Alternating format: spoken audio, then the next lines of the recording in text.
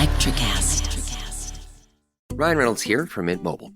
I don't know if you knew this, but anyone can get the same premium wireless for $15 a month plan that I've been enjoying. It's not just for celebrities. So do like I did and have one of your assistants switch you to Mint Mobile today.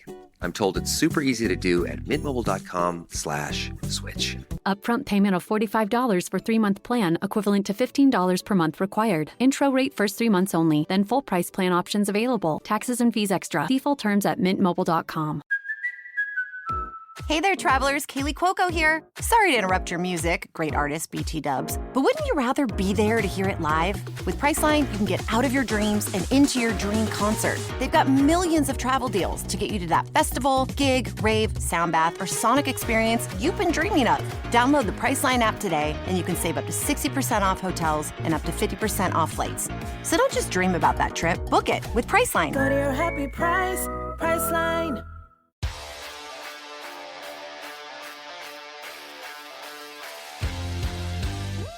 Welcome into Missing the Point, everyone.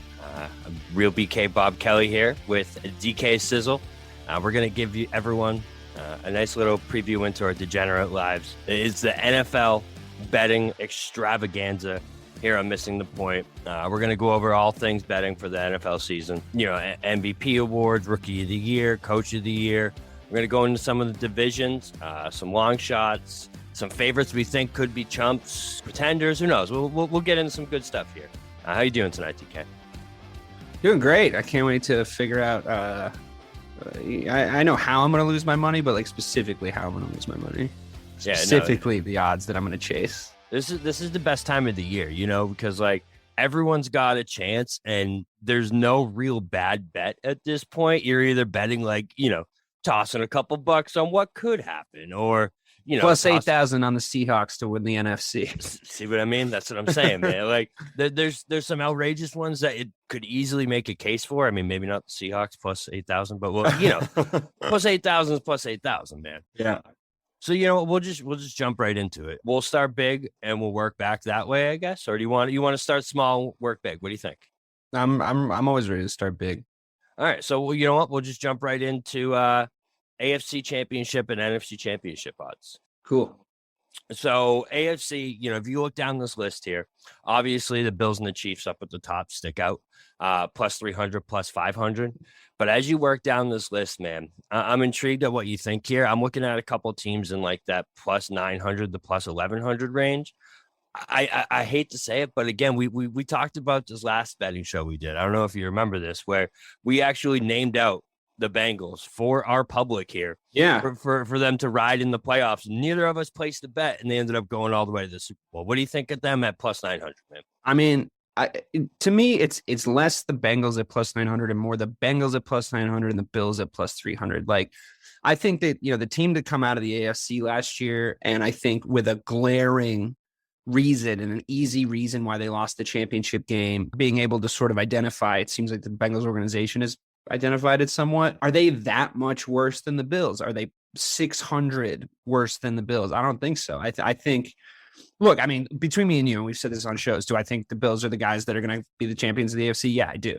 But you got to play the odds. You're not playing the team. You're playing the odds, right? You're playing the bets. And for the purposes of this, plus 900 for the Cincinnati Bengals is a smart bet. I mean, it's good value. It's a team that's going to do well. So you're going to be in the running, at least, I would think, until, you know, week 14, 15, 16, 17, at least until then. If not, it coming down to the wire.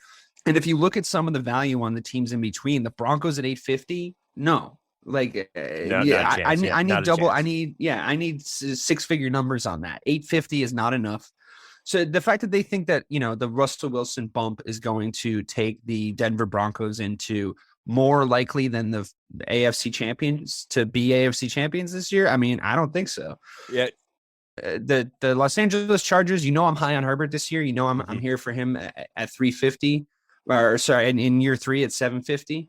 But again, I mean, they're more of a long shot than that. I need more numbers than that. But we're sitting pretty right on that list. Cincinnati Bengals plus 900, easy. Yep. I'm taking that, and especially since, like you said, we fucking called it last season and then didn't put our money up.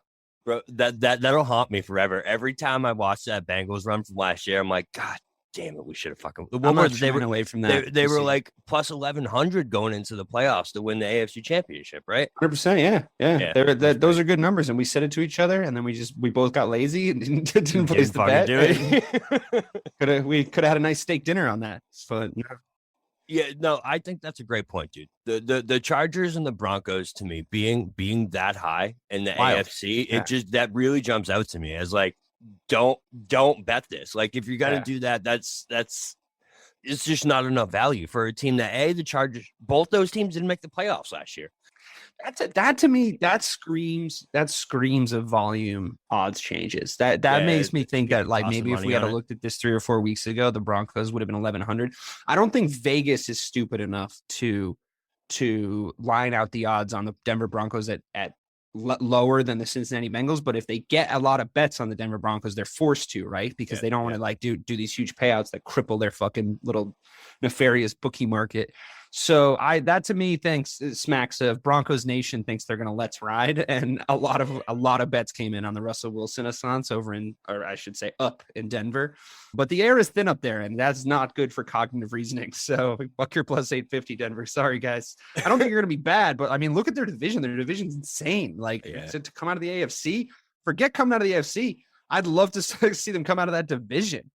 Because I said on record in the last show, I think they're going to be 4th in that division. So, I mean, we'll see, I guess. 3 out of the 4 top odds. I know we keep preaching on this on all these preseason shows. That division really is absurd. 3 out of the top 4 in the AFC are in the AFC West.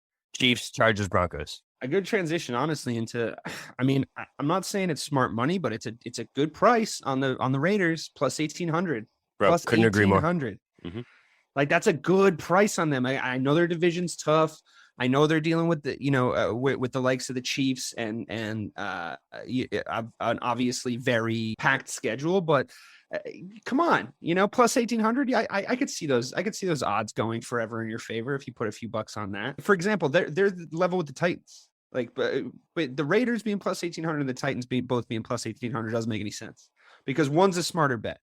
And it's definitely the Raiders. The Titans aren't going to do anything. They're losing players left and right. I think they have a good coach, but what happens when Derrick Henry has to have an even higher workload this season, which we all know is going to be the case because the offensive weapons have gone down, and he hasn't really made it through a whole season with any kind of, any kind of impact in the off season available to him because he's so banged up. So because of the way he runs, which stating the obvious, but plus 1,800, that's a different value bet when you bet on the Raiders as opposed to the Titans.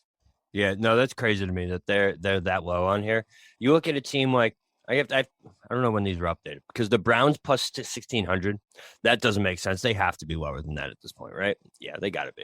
I mean, well, he's coming back week 11. So 11. I mean, I guess that's really what you're banking on is that if you're putting money on the Browns, first of all, you're banking on a guy who hasn't played all season coming back week 11 and actually making a difference, and also them staying afloat during that first 11 game stretch. Which I know the North isn't great, but I don't know. It seems like a long stretch to me.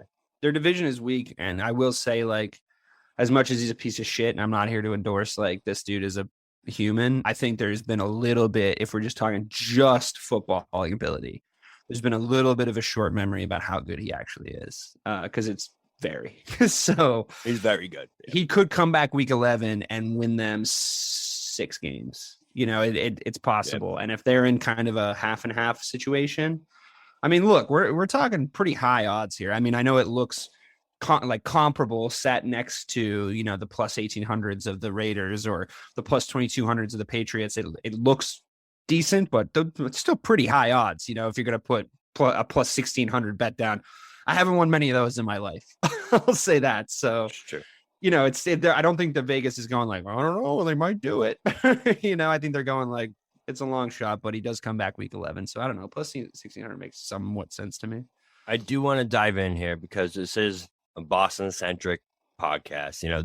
The Dolphins and the Patriots both being 22-1, man. That I don't know. I don't know about that. First of all, they're both in the bottom 6 of the AFC, which jumps out to me. And I just don't. I don't think I would risk my money on either of those teams, even at 22-1. You know what I mean? I feel like that's just they don't have a chance in that stacked AFC here. So, a good theme for these shows, if we're going to give out any advice, and the thing that if I've ever done well in my betting career, you got to spot the stayaways, and you got to spot the, don't bet just to bet is the number one rule in this household. And spotting the stayaways means it could be great, it could be terrible. And plus 2,200, yeah, maybe it's long odds and maybe you get paid back, but you're basically giving your money away. The idea is you don't know what the Patriots are going to look like. You really don't know. Like, anyone who tells you what they're really going to look like, anyone who tells you they're sure of their record next season is lying to you. And the Dolphins, to me, are the biggest red flag stay away of the entire NFL right now, because, again, 7-game streak of losing, 7-game streak of winning, a bunch of drama in the offseason with their clearly talented head coach, a bunch of weird shit with the front office that I really don't trust them down there. And like, this cake that you're making of stay away cake, the cherry on the icing of the top of the cake is the fact that their quarterback is maybe the most talked about bad quarterback of the last 10 years.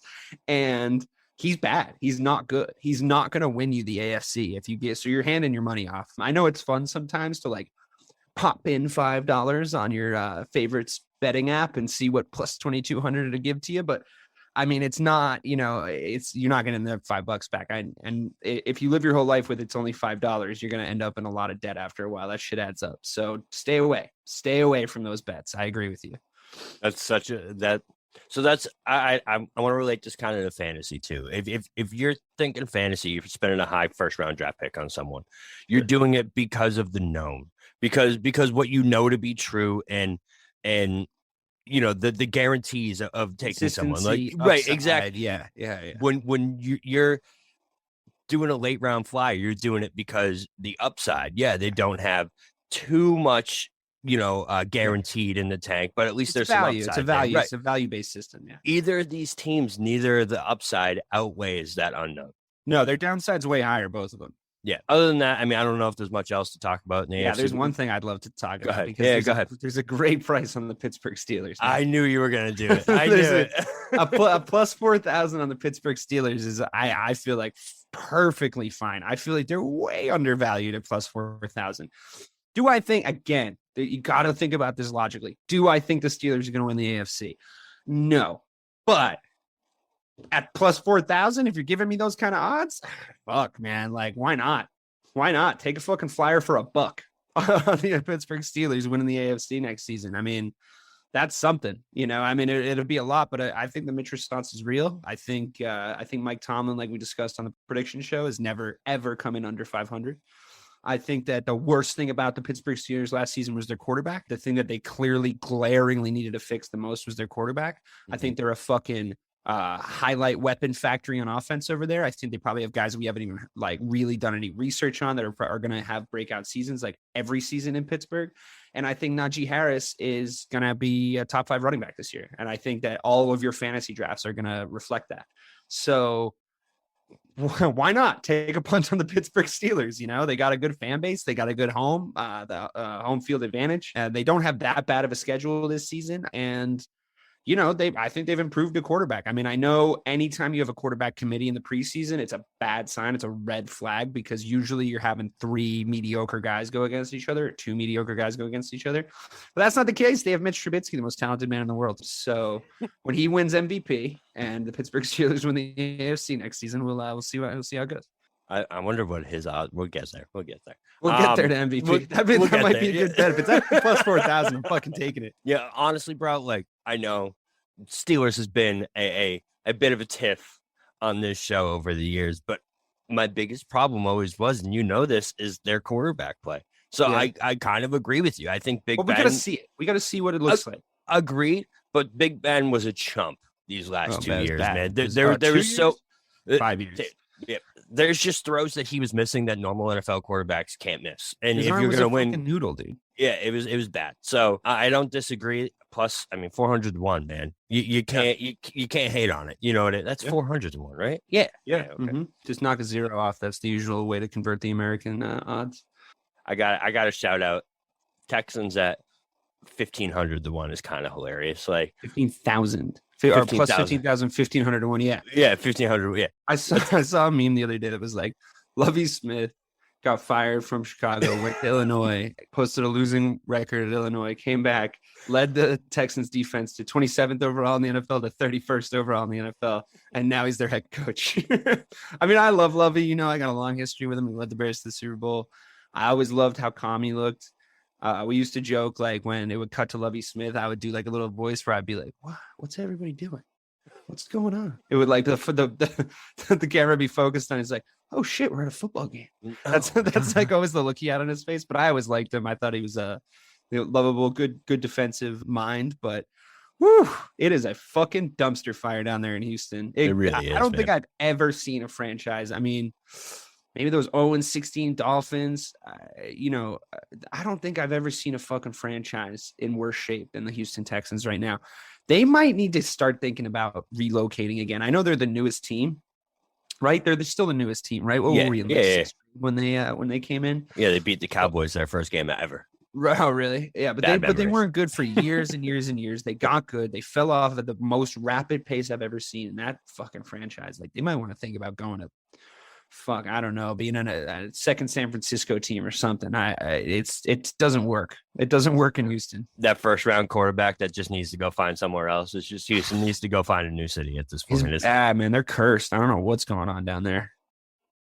So what do you think? We go AFC divisions, or you want to head over to the NFC? Let's do the NFC, because I want to talk about how I really like your Cowboys at plus 800. Yeah, I was thinking that actually. So honestly, we'll just list off the first couple. So we got Bucks plus 325, obvious favorites. Actually, that's not obvious. That's surprising. I think that's a wild level of odds. I don't think they're going to be as good as people think. Rams plus 450, Packers plus 500, Niners plus 700. My boys at plus 800. A couple other notables. Eagles plus 1,100.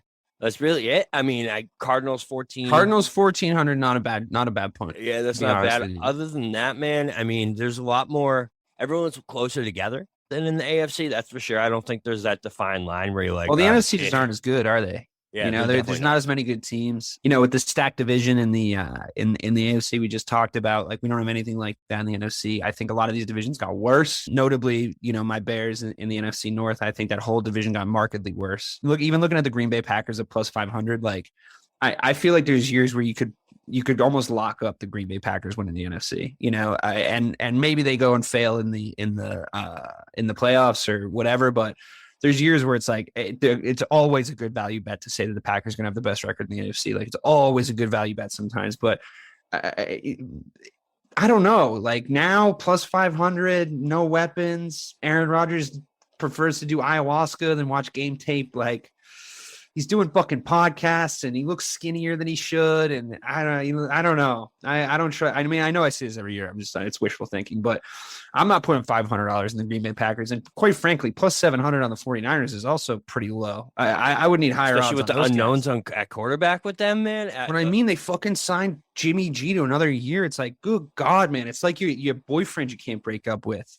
I feel like Joe Malkin, our podcast, one of our 6 podcasters, is secretly the GM of the San Francisco 49ers because he has a full fucking man crush on Jimmy Garoppolo, and apparently so does the fucking GM of the 49ers, because what is he still doing there? It's just it's blasphemous that you would spend all this draft capital on a quarterback. Hand him the keys to your team. 2 years right? ago, though, 2 years ago, but they actually in the preseason said this is Trey Lance's team. And then secretly, not even secretly, publicly be like, but also we're giving Jimmy a key too, just in case you fuck up. Jimmy G fucking rolls in his wheelchair. Rolls in his fucking wheelchair, and he's like, I'm still here, fuckers. Yeah, it's unbelievable. I like those Cowboys at plus 800, though, honestly. I really do. I think that's just speaks to me. Something jumps out at me, that plus 800. Like, I know the history. I know the things. I don't know if I want to hitch my wagon to it, seeing the pain that you go through, but man, plus 800 for the Cowboys with the talent that they have on paper. If you're like taking away context, if you're taking away the stuff that like usually makes you kind of run away from the Cowboys, it's put up or shut up year for Dak. It's full on put up or shut up year for Dak. Who is Dak is the question this year. Is there downside stuff at running back? Yeah. Is that committee a little messed up? Yeah. But like if they're just a little ballsy about it and they just make Zeke RB2 right off the fucking bat and they just say like, this is what we're doing. I'm sorry that his contract is more than it should be. I mean, like, the Steelers told us year after year not to pay running backs like this. And now we're reaping the fucking rewards of him being on a really bloated contract. But also, the way that your front office got a little sort of bamboozled by taking Dak and Zeke as a package deal was sort of obviously not a good idea. They should have divided and conquered on that. But all that being said, I mean, you can't tank because of your running back performance, but you can tank because of your quarterback performance. So again, we got to see, but I like Dak. I think he's a good quarterback. I've seen him play really well. If he could just leave a little bit of the mental midgetry aside, I think Cowboys at plus 800. That's not bad. That's not bad. I'd take a $50 punt on that. I think they're going to be the number one defense this year. And you said that and you got blasphemed out of the fucking prediction show, but I don't understand why not. I think they're going to, I think they were the best defense last year. So, I don't. Another year under Quinn, man, it can't get worse. You know what I mean? Like, well, it can definitely get worse. It can always get worse in Dallas. Bobby. It shouldn't get worse. Yeah. But it shouldn't. You're right. It shouldn't. And I also think Trey Diggs, like, I think a lot of the stuff that happened to him downside wise in the second half of the season, I think that was all youthful mistakes. I think if he went into the offseason and he decides, yes, I can still be a ball hawk, but I don't need to overcommit on the cover two. I don't need to like fucking, completely blow my coverage because I think I'm going to get to every ball, and just be a little bit smarter. I think that his upside numbers could look way better this season, and he could become a real professional. I think it was raw, and now I think it's time to it's time for everyone in Dallas to be, there's such an interesting case. I really do like talking about him, but it's time for everybody in Dallas to just be a little bit of a fucking grown up, a little bit more of a fucking grown up. And I think the Mike McCarthy thing aside, fucking Mike, it's a big boy to put aside, man. It does suck. As it came out of my mouth, I was like, but no, I like it at plus 800. I think that especially with how, if you look down the list, if you take your listeners at home, if you take your list of odds makers, wherever you place your bets, and you look at the NFC, I think Vegas is telling you it's anybody's fucking game. That's exactly what they're saying. It's anybody's division. I think the smartest money you could probably lay out is on the Rams again, if I'm being quite honest with you. I think that the Buccaneers are looking a little strange. I think that there's some weird stuff over there, and them at plus 325.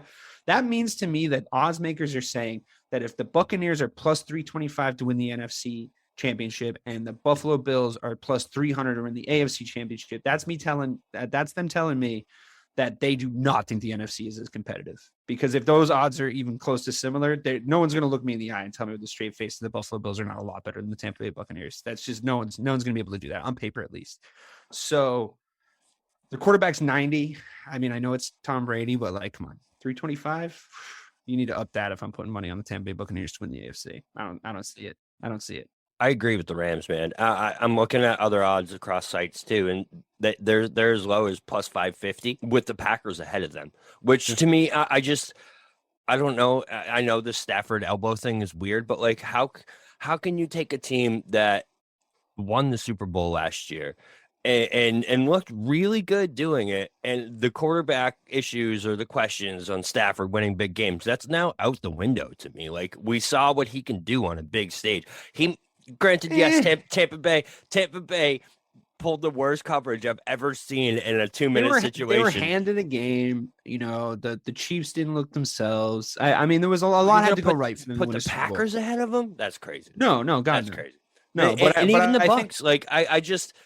I would feel more comfortable betting the Bucks and the Packers at plus 500, and more comfortable betting the Rams at plus 325. You know what I mean? If the Rams are plus 325, I still be like, okay, that's worth, something, maybe a parlay bet here or something like that to, increase it a little bit, but like, it would be at least worth something. The Bucks and the Packers under plus 500 to me make no sense. That it's crazy. No, I agree with you. I think there's a cut. I would stay away from the NFC. To be totally honest with you, I wouldn't put any fucking money near anybody winning the fucking NFC. I really wouldn't. I think it's too weird. I think there's too many variables. I think if you're gonna play, you can play a couple long shots in the AFC, and then who you definitely think is gonna win the AFC, and then I would move on from there and make some prop bets on some more specific circumstances. But if you're betting on big kind of wide who's going to do what because of the odds, which is tempting. I get it because, you're going to get higher odds on bets like this because a lot more can go wrong. I would steer clear of the NFC if it were me. So not even like the Vikings or the Saints at plus 16 or plus 18 jump out at you? No, because like those are two teams you just can't trust.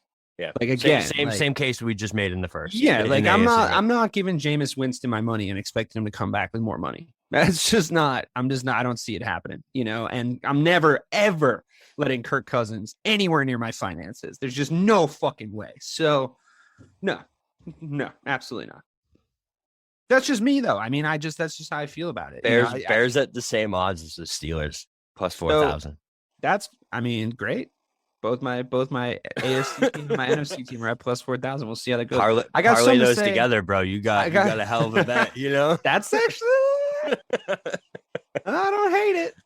Imagine if the fucking Bears and the Steelers came out of their respective fucking conferences. The world would just end. Hey, what's fucking weird, podcast would be over.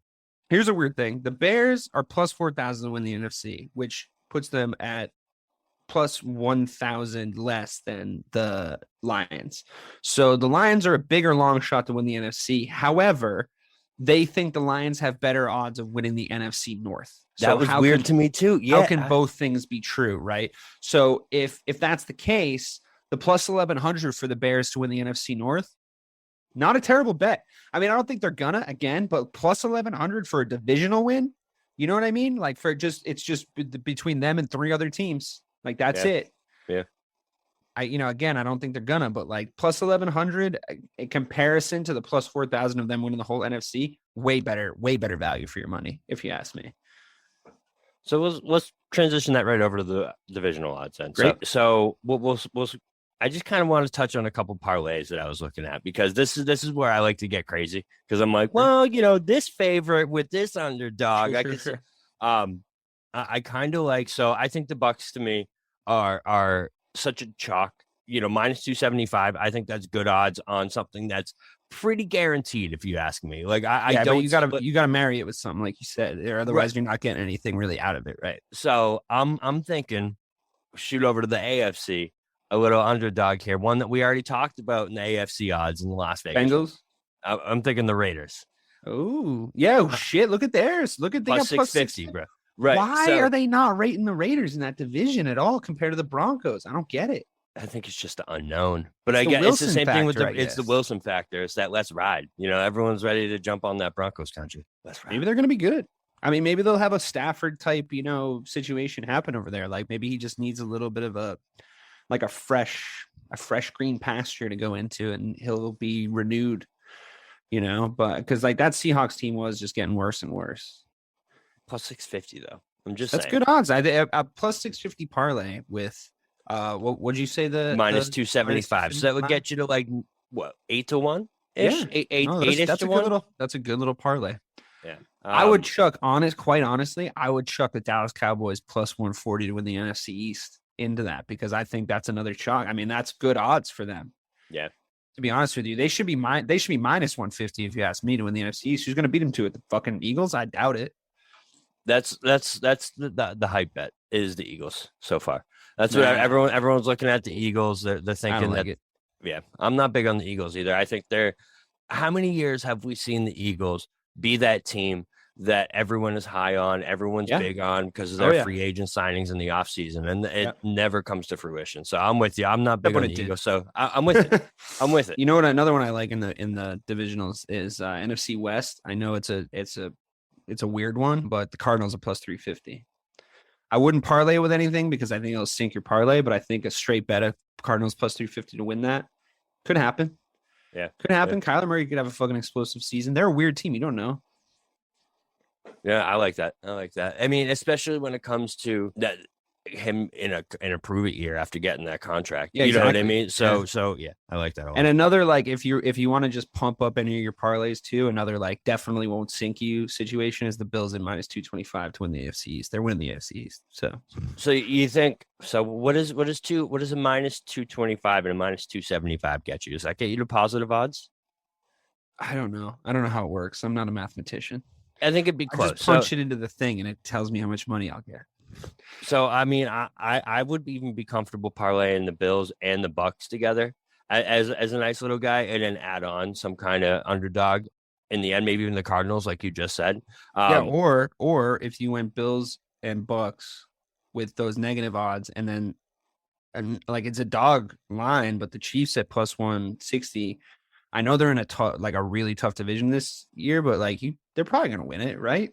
Yeah, I mean, if I had to put money on one of them, it would be them. Yeah. So that's your little punt. That's your risk. Like for the Chiefs are going to win that plus 160. That's a good 3-man parlay right there on division. There's a lot you can do on these divisional bets, to be honest with you. I like the divisional bets. I have fun with them because then too, like you got to think of it this way: is like so. Also, you have that cash out option, which is big for that. All the books have now, where the Bills are going to run away with their division, and the Bucks are going to run away with their division. In my opinion, you know what I mean. And then you have all these other underdog bets where if they do make a run, you cash that shit out. Sure, too. You know what I mean. So it's good to have. You can just play it smart as you go. Right, exactly. What I'd stay away from, honestly, I know that they're probably gonna win the AFC South, but like the Colts rely on a running back and Jonathan Taylor who could just fucking go down week 4. I know it's like, all the fantasy managers like about to do their drafts are going like, shut the fuck up. I get it. I mean, I know it's not a nice thing to say, but anybody that relies that much offensively on a guy at the running back position, I can't. I personally can't. And at minus 140, it's not enough of a lock, so I would stay away from that. You could throw a little money into the AFC North though, because some weird shit can happen in there. All the odds are kind of floating around each other. The Steelers have the longest odds of plus 900. Why not? Fucking why not? I mean, to me, I think they're way closer to the rest of that pack than what that's leading on. Yeah, you know what I mean. Like if you still think have a great about coach, you got to think about that. If you get average quarterback play from the Steelers last year, listen, they were a playoff team with significantly below average quarterback play. Definitely. Like there's no beating around that bush. So if you get average quarterback play, I really think that they could be in there. Sure. Absolutely. You want to jump over to MVP? Yeah, that's where I just clicked. You read my mind. That's what I'm looking at right now. There's some interesting ones over here. There is. Dak at plus 1,300. I like. I mean, I know I've been high on the fucking Cowboys, but plus 1,300 is good for a guy like that. He could. There was a few weeks last season, and I keep fucking hammering this point home, and I know everybody's got this Cowboys thing, whatever. Maybe it's because I'm not a Pats fan. I don't know, but plus 1,300 for a guy that was the best quarterback in the league for 6 weeks last season. I'd say 6 weeks, right? Would you say that? Yeah. First 6 to 7 weeks. A guy that went fucking into a shootout with Tom Brady in week 1, a guy that, if it's not for like a sort of a stuttering offensive scheme and a kind of underachieving, yeah, I know. I mean, I know that hasn't gone anywhere, but and a kind of jinxy Cowboys franchise as a whole. And like Jerry Jones probably having to like pay back his contract with Satan by losing in heartbreaking fashions all the time. I still like plus 1,300 as a number for that. I mean, between him and Joe Burrow plus 1,200, also good odds. I don't hate that. I wouldn't be surprised if Joe Burrow was the MVP next year. Would you? I think the craziest thing to me, if I was going to bet on any quarterback to have an MVP level season, where did he go? Where even is he? Who, Lamar? Oh, Justin Herbert at plus 900. I thought that was going to be higher. I really thought it was going to be higher, but I personally, I think Justin Herbert's going to be the MVP next year. That's my prediction. Plus 900. That's a perfectly acceptable rate on punt because I'm like pretty fucking sure he's the MVP next year. So it's so crazy how much hype that, like, listen, I get it. He's my dynasty quarterback in my fantasy league. I drafted him when I love Justin Herbert, but the hype train on him this year is wild. It scares the shit out of me. But I think that, like, I mean, I'm the only one fucking saying it on our podcast. I just like that on the fucking record. But I think that when you look at, this is a guy who's a rookie of the year, right? When he came in, it's a guy who they've consistently built around at a really good rate. It's a guy who learned the system really well. And it's a guy who really is, if you watched him last season, poised to explode. There's a reason why people are saying he's going to have a breakout year and he's going to get into that. Look, we all know he's a top 10 quarterback. I won't argue with anyone who doesn't tell me Justin Herbert is a top 10 quarterback in the NFL because I don't think you know anything about the NFL if you tell me that. But is this the season where he can become a top 5 guy? I think almost certainly if you look at his competition. Can he be the best player in the NFL next season? I don't know. I mean, I think it's always up for debate. I think the NFL MVP is a weird award, but because of the hype train that you're talking about, that's not going anywhere. And that's a big part of the reason you win that fucking award, a lot of the time. So if he's talked about from week one as the guy who's the front runner for the MVP and he plays at the quarterback position, which is, let's be honest, easier to win that award from, why wouldn't he be the guy? Why would those odds are going to be at plus 250 by week 3? So I'm just telling you right now, if you get him, if you want to get him, if you want to make that bet, get it early at plus 900 right now. Because I bet it was plus 1200 4 weeks ago. Plus 900 is great. That's good numbers for that, for sure. I mean, you have him tied right now. Another guy, listen, we just talked about him, how I kind of feel like a spiritual connection to him now because of his love of hallucinogenics. But Aaron Rodgers at plus 900. I'm sorry, the dude's won isn't it 2 straight now? Yeah, but his team is so much worse, though. Yeah, but doesn't that even speak to even more bounds that, like, if he elevates that team to the next level and they go, 11-6? I don't know if he's the golden boy that he used to be, that he was a few years ago. Like the way that the NFL treated him. It was like 3 or 4 years ago. I think it was when Brady first went to Tampa. There was this really stupid conversation going around. And, the Skip Baylesses of the world, they're like, we got to fill 24 hours of sports talk, motherfuckers. We're going, yeah, but like on talent, like I think Aaron Rodgers is the GOAT. And like, I'm sorry, but that's just not the parameters of the conversation. You know what I mean? That's just not what we're weighing it up on. Because if he was the GOAT on talent, he'd have more than one half-cocked fucking Super Bowl that like he had to walk to. So, I mean, to compare it to the fucking kind of achievements that Tom Brady has done, it's all talking heads, fucking, breaking news bullshit. And I think that he's sort of disengendered himself to the NFL community as a whole last season. He says a lot of stupid shit. He's become kind of a glowing example of an anti-vax asshole. And I know a lot of the NFL like fan base is like probably in support of that, but that's an outlier, like that's an outlier of a reason to nominate a guy for MVP. If it's a popularity contest, he's not the prom king anymore. He just doesn't give off that vibe anymore. He used to. He used to give off like captain of the football team, fucking prom king. Like, let's make him Mr. fucking Massachusetts or whatever your award was at your high school. But he doesn't give that vibe off anymore. He gives the like, that guy used to be cool in high school. 32-year-old wearing the varsity jacket still. Yeah, he used to be cool in high school. Why is he hanging out with 21-year-olds, getting them high on gravity bong hits? He's giving those vibes now.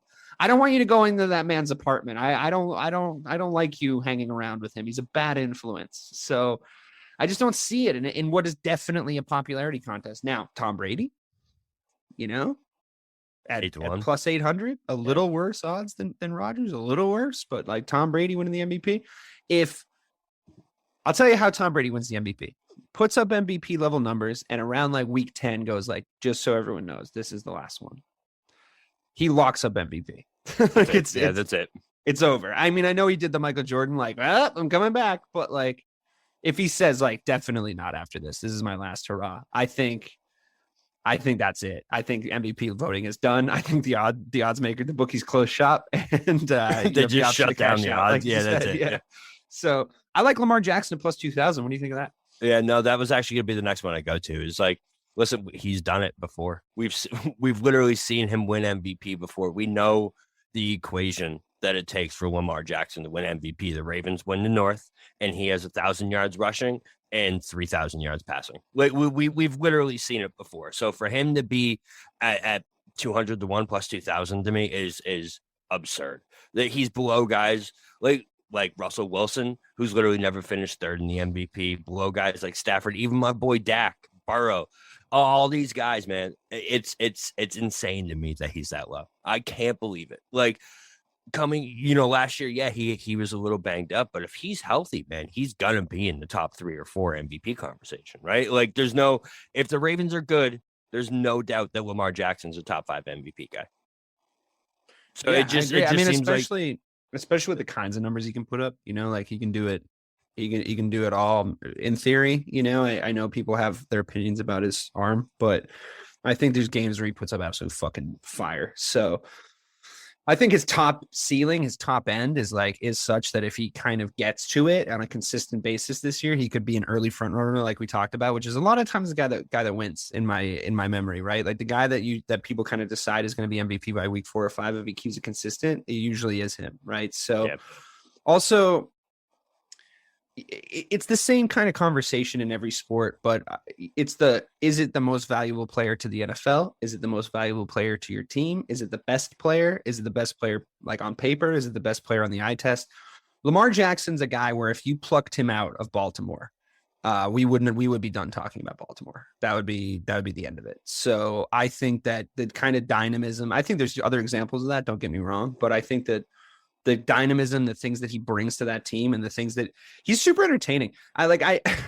When people shit on guys that are just like fun to watch, when it's like not your team and it's like you can just look at it neutrally, it's just like, why? He's fun. Like, who cares? Like, him going to take a shit was fun. Like, him fucking putting up numbers is fun. Him scrambling is fun. Him throwing interceptions is fun. I don't give a shit about the fucking Ravens. So, great. Fuck it. Let's just watch him. Let's just watch him do his thing. I think plus 2,000 is a good little bet. To be honest with you, I think he's got the skills. I had Lamar last year. My fantasy team name was Going for 2. Right? It was a little weird. It was a little weird, that whole situation. And he is kind of a weird guy. And I can't really get a read on him, but plus he's fucking talented. He's fucking talented. He's athletic. He's getting better. And he's put up a lot of like, this is the fucking year kind of like workout videos and shit. So like, if you're one to believe those, put your money on that 2,000 plus 2,000 fucking long shot. The Ben Simmons videos. Not the same as that. Yeah, it's funny to me. So if you look down, right, you have the first non-quarterback on this list is Derrick Henry at 400 to 1, which completely get it. I understand why he's there. But if you look right above that, man, it's crazy to me that you have a guy, Trey Lance, who has played 30 snaps in his NFL career, ahead of Mac Jones, ahead of Kirk Cousins, ahead of Tua, ahead of your boy Mitchell Trubisky, ahead of a former MVP. That's not a bad little punt either, by the way, on Mitch. Why not? Plus 600 to 1. Why not? Exactly. It's just it's crazy to me that first of all, you have 2 running backs ahead of those quarterbacks, a wide receiver ahead of those guys I just listed, and a quarterback who's taking like 30 snaps. So if you're looking for someone that you want to toss like $2 on just for shits and giggles, I really think if you look at that Cousins to Matt Ryan list there, so Cousins, Mac Jones, Tua is just toss Tua, actually not Tua, Mitchell Trubisky and Matt Ryan. I think that those are names that if you're looking at $2-3 to have a long shot, I think you're still going to be at least with 2-3 of those guys, you have a chance to still be in the conversation come week 10, right? Yeah, especially Matt Ryan plus 8,000, man. I feel like that's something to look at. I don't know. I feel like the offense might go to Jonathan Taylor a lot of the times, but I mean, if the Colts are 10-1 come week 11, who the hell knows, man? You know? I mean, again, you know how I feel about betting on teams that rely on that kind of offense, but I don't mind those numbers. So I see your point. I said this in the chat earlier. I think it's funny that this website got so in depth here that they're listing JJ Watt at plus 200. I don't even know how to say that. 25,000 to 1. Yeah. 2,500 to 1. Put a dollar on that. I'm in Ross St. Brown at 3,500 to 1. Like, yeah, like Cordarrelle Patterson's in there somewhere, like 15,000 to 1 or whatever. It's amazing. Whatever. I mean, if crazier things have happened. I mean, rookie of the year. Yeah, rookie of the year. We might as well. Actually, you know what? Before we do that, I kind of want to go to DPOI. I don't even know if it's listed on here, but specifically because I want to talk about fucking Micah Parsons. I think it's going to be Micah Parsons. I think he's winning this award this year, man. Yeah, the only guy I think is going to compete with him is Aaron Donald. But like the Cowboys set up their defense this year that they're going to let Micah roam. They're going to let him do whatever the hell he wants. Do a little Troy Polamalu impression. Yeah, I mean, he's going to be unreal this year, and the Cowboys are going to have that number 1 defense, like we said, and I think Micah's going to be the reason. So I don't even know if we have to go too in depth with it. If you agree with that, then everyone out there, I don't know what the odds are on it, but put your money on Micah Parsons.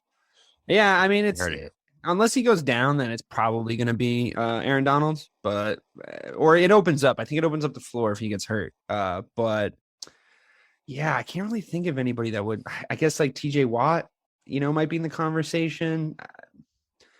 Like is Von Miller still in the conversation? Like that like you might get some odds on that, but no, I mean, just sitting looking at it, I think it's Micah for sure. Yeah, for sure. I'm trying to look it up, but screw it. We're going with Micah. So offensive rookie of the year. We'll jump over that. Kenny Pickett leading the way, man. Yeah. I that kind of goes against your Mitch Assance, which, by the way, I love how you love your Assances this year. I've heard you give like 3, but I'm an Assance man. Kenny Pickett, number 1.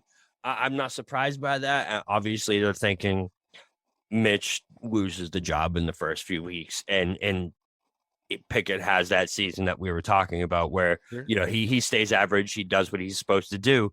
And in a less than overwhelming rookie class, he takes it as the quarterback. But the name I want everyone to look at here, there's 2. So all the way down at where the hell is he? Jalen Tolbert for the Cowboys. I know this has been a very Cowboys betting heavy show, but plus 250 was plus 2,500 to 1. It is crazy to me for a guy that could be the number 2 wide receiver in one of the more high-powered passing offenses in the league. It's pretty guaranteed that he's at least the number 2 wide receiver the first 4 weeks of the season. So for him to be that low is crazy to me. I'm all about Jalen Tolbert this year. Other than that, I like Breece Hall for the Jets, plus 900. He's a bell cow. So if he averages 4 to 4.2 yards a carry, we're looking at a Najee Harris season from last year. Yeah. And I think that wins him the award this year. Those are my guys I'm looking at. Yeah, I like the Garrett Wilson call. George Pickens, not a bad call. Any wide receiver you like odds on. I think they have a better chance of winning Rookie of the Year than offensive Rookie of the Year than a lot of other guys. They're the long stick out so much more. Yeah, they just do. I mean, and also like if you can make a case for Rookie of the Year with a terrible quarterback from the wide receiver position, I think that oftentimes boosts your chances. But no, I like all those calls. I think Kenny Pickett. I think Kenny Pickett at plus 700 is a risk because he's not the starter. So if you're betting on that now, I don't love it. Yeah, Breece Hall, good, decent bet. I think you're probably right, to be honest with you. I think we talked about stayaways a little bit earlier. I feel like the NFL offensive rookie of the year is kind of up in the air here.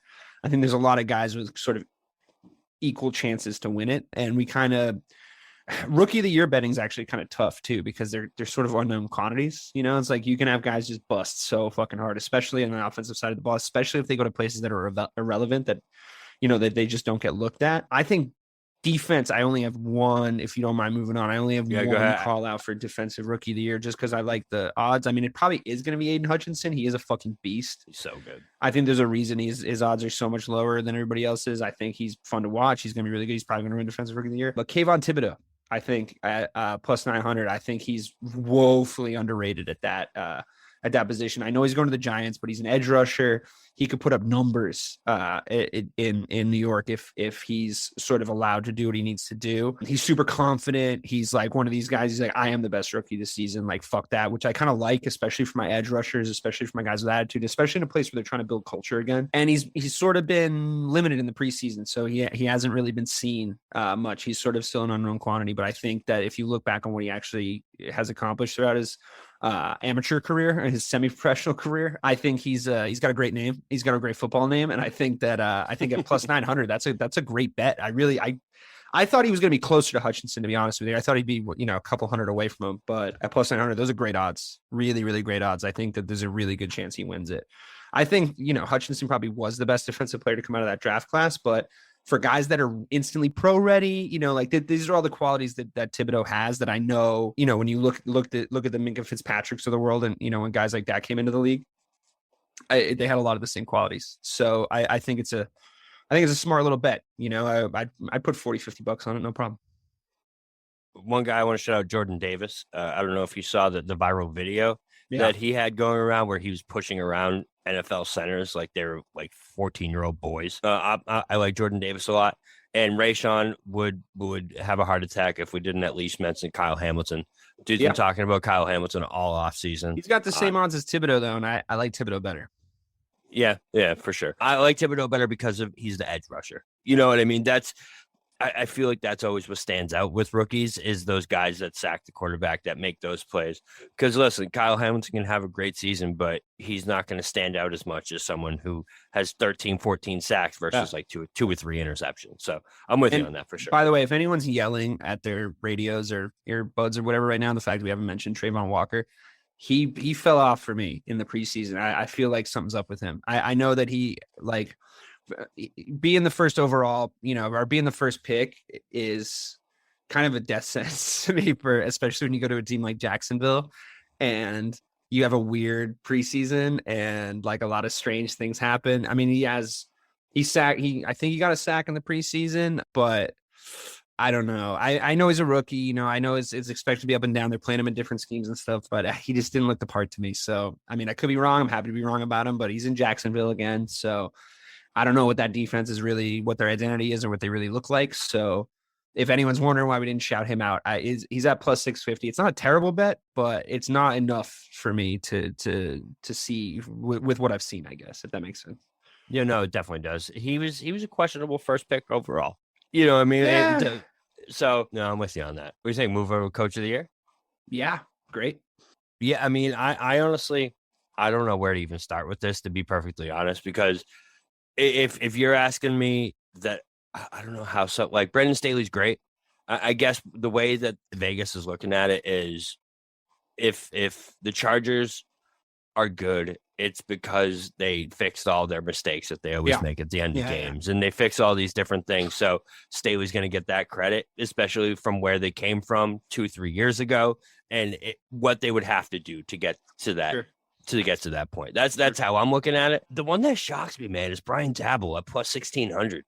Like, do the Giants really have any kind of shot to have a good team this year? You know what I mean? Like, I think they're a little bit better than people think. I don't think they're like amazing, but I don't know if that's such a bad call considering the kind of guy that gets coach of the year a lot. It's always the kind of like, oh, your shitty team was slightly less shitty than they should have been kind of a thing. You know what I mean? Or it's Bill Belichick, or, you know what I mean? It's like, or it's somebody that like, really fucking turned it around and like, took a really bad team to be a really good team. But I think the Giants, like I was just talking about Thibodeau, I think he's a really good edge rusher. I think they drafted really well. I think that they have I think that they're going in the right direction. What? You don't think so? No. I looked up the last 5 coaches of the year, and I'm sorry, what made me actually LOL. That's the noise everyone makes when they LOL. Is 4 years ago, you know what coach of the year? Who? Matt Nagy. Yeah, I bet he fucking did. Sorry, I didn't mean to laugh in the middle of the year. Yeah, no, I mean I remember. He was hot shit. That's what I mean, though. You know what I mean? That's what I mean. That it proves your point exactly. Yeah. So last 4, just for our knowledge: Vrabel, Stefanski, Harbaugh, and Nagy. So exactly what you were saying, except for the Harbaugh one where they went 14-2. But again, I think that was just more unexpected. I would look at it like a John Harbaugh. If you're looking for bets here, sure. John Harbaugh at plus 2,500 is a good one because where's Doug Peterson? Peterson's plus 18. I mean, he's on his redemption tour. There'll be eyes on him. I think he'll get more credit than he deserves if he gets, 7-8 wins out of that Jacksonville team. So you could see it. You could see it happening. What about Tomlin? Tomlin he's low. 2,800. So Mike Tomlin 2,800 with it, everybody coming into the season saying the Steelers are going to be trash. And he's never posted an under 500 season, And he also took in Brian Flores and put him on the coaching staff and did a nice thing there. And he's kind of a pretty well-liked coach. And I don't know if he's ever won it. Has he ever won it? I don't think he has, no. I mean, plus 2,800 Mike Tomlin, Pittsburgh Steelers. I don't hate it. I mean, again, I think they're going to be better than the odds are giving him credit for. So, has he won it? Let's see. I feel like he had never won. Never one time. Yeah, he's due. He's due. Put your 2,800 on 2,800. Let's go, Mike Tomlin. I like it. Actually, you know what? I think that's what just happened. I think that's there we go. Sorry. I think that's my favorite coach of the year bet. I'm with you. I like Tomlin at coach of the year at 2,800. The only other one I want to point out is just because, listen, the dude's the GOAT of coaching for a reason. Do you think Belichick has plus 2,200? If Bill Belichick gets double-digit wins with the New England Patriots this year, it's one of the most impressive seasons of coaching he's actually had in regular season play with the NFL in the NFL, because that Patriots team's fucking terrible. So if he gets double-digit wins, if he wins 11, 12 games, great candidate for coach of the year. Great fucking, because the narrative could emerge. The narrative could emerge around week 6 of like, they are overachieving, and it's thanks to that man, right? You can just hear Chris Collinsworth, and it's just thanks to that man right there, Bill Belichick. He still got it, and he lost his quarterback, Tom Brady, blah blah blah. Like, you can just hear it. You can hear it. Yeah. The narrative fucking starts, and it starts to go, and like they win a big Sunday night game or whatever, and it's just like, oh, maybe, and obviously they're not going to do it, but all those guys who bet on them to win the AFC at plus 2,200 didn't listen to us. They're fucking sitting pretty. It could happen. It could happen. But this is the wrong show if you're here for like, let's fucking celebrate Bill Belichick and the New England Patriots. We're the wrong motherfuckers too. At least with us too. At least with us. That's what I mean.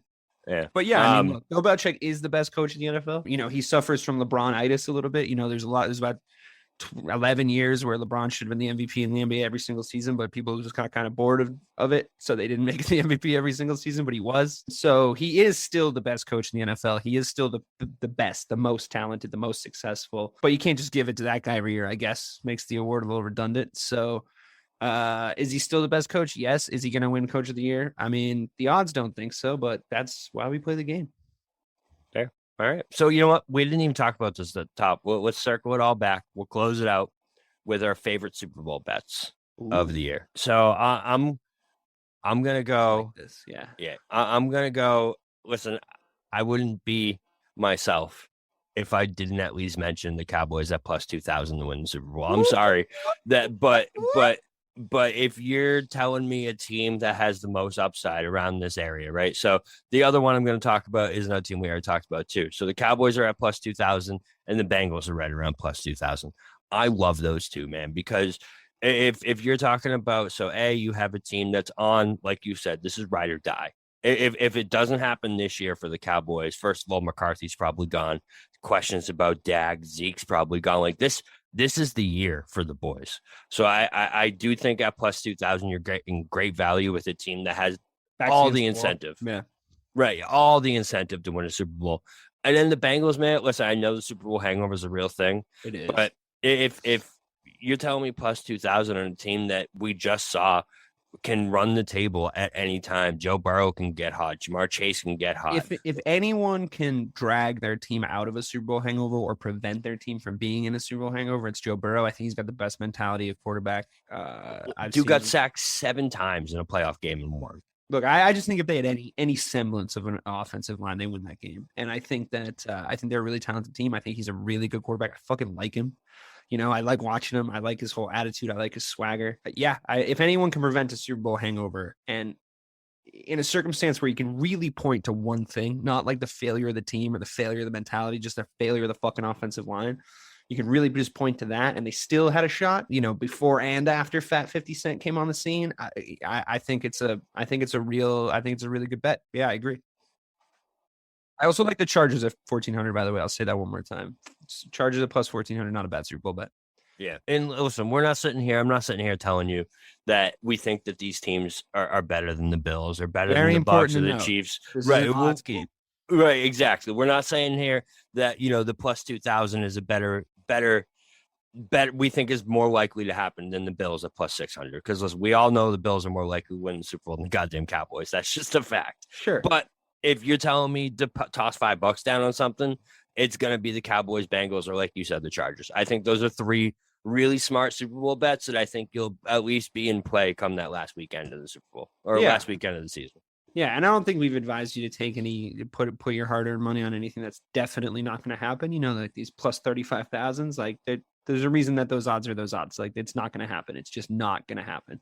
It would be the craziest thing that ever happened if it did. And before we go, I just do want to say one thing. I know that this is a gambling themed show, just like things we're in high support of, drugs and alcohol. I think you should do all those things in moderation. If you think you have a problem, you should definitely talk to somebody. Gambling's for fun. It's not for life. It's not to make money. Don't gamble more than you can afford, and don't lose more than you want to tell your wife about. That's a great way to cap it off, man. So for DK Sizzle, I'm the real BK Bob Kelly. Bet responsibly, bet big if you want. Is it missing the point? We're out.